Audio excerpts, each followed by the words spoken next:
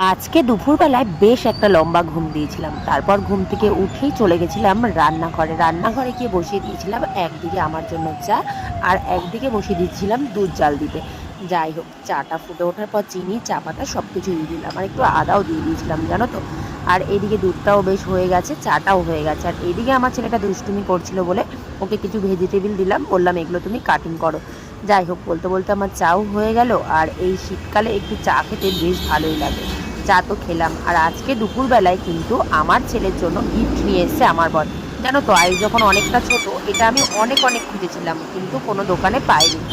এখন তো বড় হয়ে গেছে, আর এখনই ওর বাবা এটা এনে দিয়েছে। যাই হোক, ওরও খুব পছন্দ হয়েছে আর আমারও খুব পছন্দ হয়েছে। আমাদেরকে গিফট দেখাতে ভুলেই গেছিলাম যে রাত্রে আমার রান্না করতে হবে। যাই হোক, জলদি জলদি রান্নাঘরে গিয়ে আজকে রাতের ডিনারে করেছিলাম ছেঁড়া পরোটা, আর সাথে করেছিলাম ঘুগনি। যাই হোক, ওটা দিয়ে জমিয়ে খাওয়া দাওয়া করে ঘরে এসে মাথাটা আঁচড়িয়ে বিছানা করে শুয়ে পড়লাম। চলো টাটা।